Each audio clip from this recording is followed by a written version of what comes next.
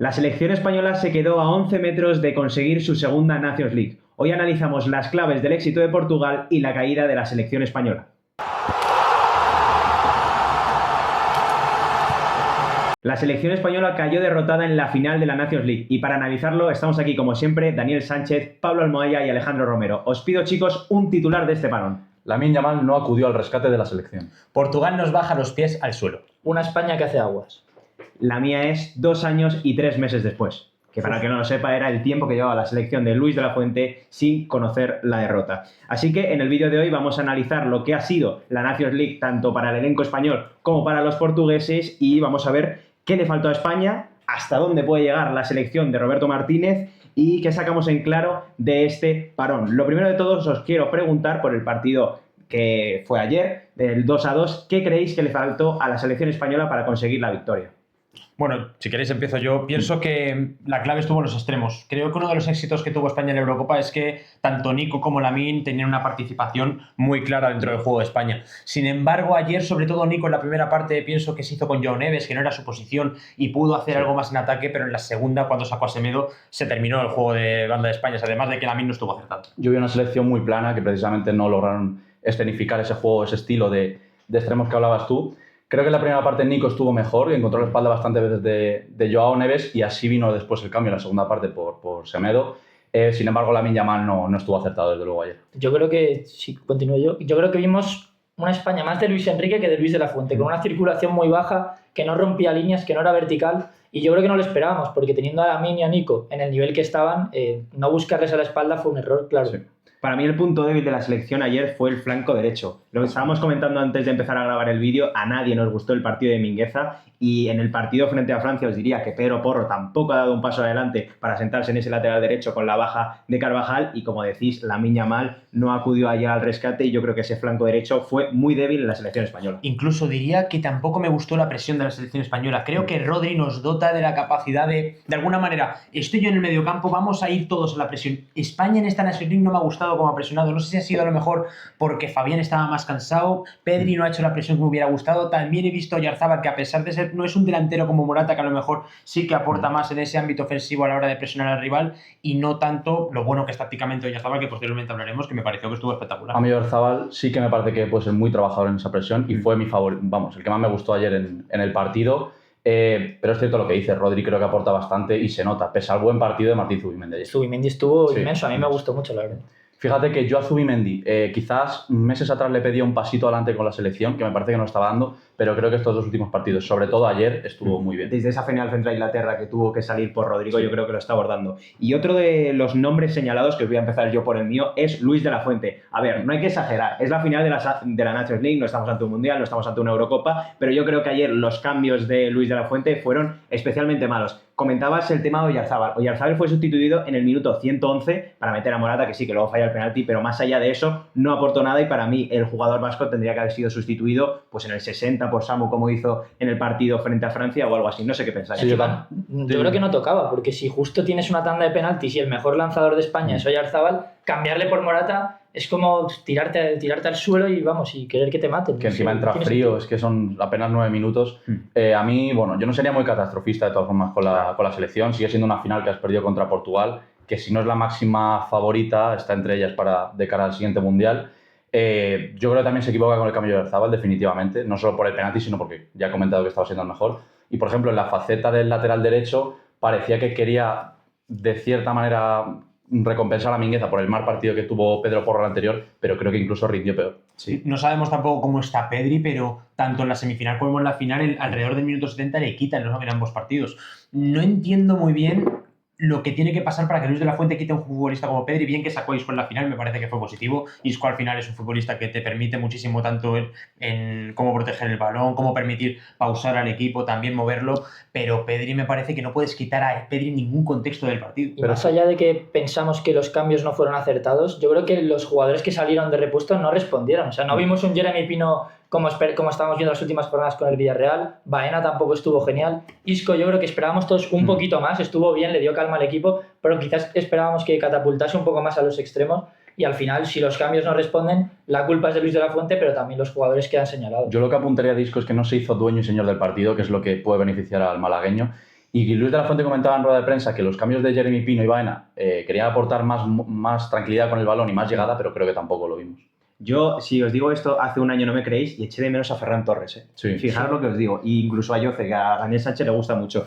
Otro cambio, mira, yo en el partido de frente a Francia fue muy pesimista con la actuación de Pedro Porro, pero yo ayer cuando entró le vi bien, vi que frenó a Leao, que nos estaba haciendo un roto, y también hablar de Nuno Méndez, que nos hizo otro roto. Pues Sí. No, es una brutalidad lo de Nuno Méndez. Con el Paris Saint-Germain ya avisaba, pero es que incluso ha estado mejor con Portugal, sin duda el jugador de la final. Yo es que estoy de acuerdo con vosotros y pienso que Luis de la Fuente lo que no se puede hacer es quitar a tus 3 mejores hombres. O sea, no podías quitar a Pedri, a Lamine y a Nico Williams, que son los 3 mejores jugadores. Solo lo puedes hacer en un caso como el de Cristiano Ronaldo, que estaba lesionado y no podía dar más.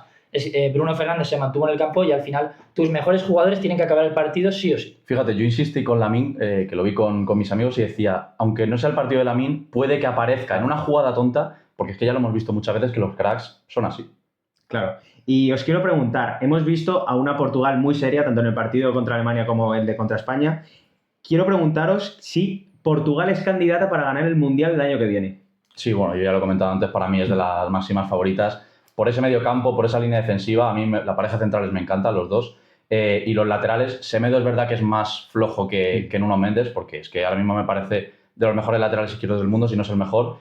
Y la delantera, pues hombre, estamos viendo un Cristiano que ya no está en su mejor momento, pero aún así, en las 2 fases eliminatorias que tocaban la Nations League, apareció con 2 goles. El gol no lo va a perder en la vida, con 70 años va a seguir ahí. Es una barbaridad. Yo creo que el caso de Portugal es algo muy parecido a lo que ha pasado con España. Creo que ha salido una camada de futbolistas jóvenes que han conseguido de alguna manera que, junto con las piedras angulares de la selección portuguesa, dígase Rubén Díaz o dígase Vitinha, que están en un punto de su carrera maravilloso, pues los João Neves, los Ignacio, los Conceição, los Pedro Neto, pues creo que están conformando una selección que sin duda ha sacado el ticket de candidato para ser campeón del mundo. Lo hablaba yo con mis amigos justamente, que les mando un saludo aquí, que me estarán viendo, y es que ya no vemos selecciones de jugadores tan mayores, tan experimentados. Ahora mismo España y Portugal, la media del 11, no sé cuántos años sería, pero no creo que llegue a 28 años y me estoy tirando un triple. El más mayor ayer era Isco, ¿no? Portugal 26,4 y España 24,6. Es que es increíble. Estábamos viendo, todos se veían jugadores muy vivaces, muy rápidos, iban a todos los duelos súper fuerte y se nota que esa cama de jugadores jóvenes está dándolo todo. Pero fíjate, en la Champions hemos visto lo mismo con el PSG. Ha sido el equipo más joven en ganar una Champions desde hace muchos años y creo que el fútbol está evolucionando a ello. Siempre se critica que hace falta de experiencia, jugadores mayores y al final se está viendo que lo que has dicho, que está evolucionando el fútbol. Y yo creo que un torneo así como una Nations League nos permite ver partidos muy abiertos de ida y vuelta constante en los que los equipos no se replegan tanto. Ya lo vimos en en el primer partido de España con un 5-4 frente a Francia, que si eso fuera un mundial yo creo que hubiera acabado 1-1 como muchísimo. Así que os quiero preguntar, volvemos a hablar de la selección española, ¿qué sacáis en claro de este parón? Nada, yo no sería, lo he comentado antes, no sería muy catastrofista con la selección. Me parece que, pues eso, al final has perdido contra una de las mejores selecciones del mundo en penaltis. Quizá habría cambios, a lo mejor jugadores que yo no llevaría como Morata, yo en mi caso creo que no, pero desde luego hay carne de ser favorita para el Mundial con jugadores como Pedri, Lamine, Nico, que la selección creo que está rindiendo mejor que en el Bilbao, etc. Candidatos vamos a ser, eso está más claro que el agua. Como clave me gustaría sobre todo hacer hincapié en los jugadores secundarios de la selección.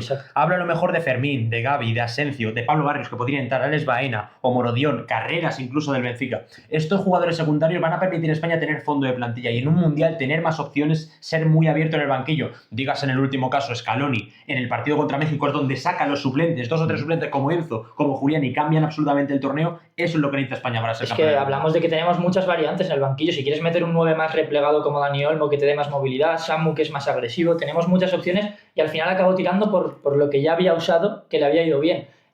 Fue fiel a sus ideas, pero murió con ellas. Y recordar que hay 2 bajas clave como son la de Carvajal y Rodri, con diferencia a la Eurocopa. Yo quiero destacar que hace no mucho decíamos que esta selección española podía ganar con cualquiera y perder con cualquiera. Yo creo que desde la Eurocopa esto ha cambiado. Sí. Como ya he dicho, son 2 años y 3 meses sin perder un partido y yo creo que ahora podemos ganar a cualquiera. Eso sí, me parece clave que sigamos con la línea continuista que había creado ya Luis de la Fuente con jugadores de su confianza, que se asienten 2 centrales que no sé quiénes van a ser, porque lo hemos comentado aquí, a mí el nivel de Lenormand no me parece como para seguir siendo titular en la selección española, pero yo creo que esto no hay que hacer una catástrofe, porque yo quiero decir, en un partido malo de la selección española empatas, que tampoco es una catástrofe, y pierdes en penaltis. Así que hay que ser positivos de cara al Mundial y yo creo que lo analizamos aquí, por supuesto que sí. ¿Qué quieres decir, Alex? Quería lanzar una cuestión final y es, igual está muy alejada de cómo va a acabar un vídeo, pero era la cuestión de Pedri, de más alejado de la base, como está planteando Luis de la Fuente. No sé cómo lo pensáis vosotros, pero yo creo que se pierde mucho al jugador. Yo creo que ha querido seguir una línea con lo que le ha funcionado meses atrás.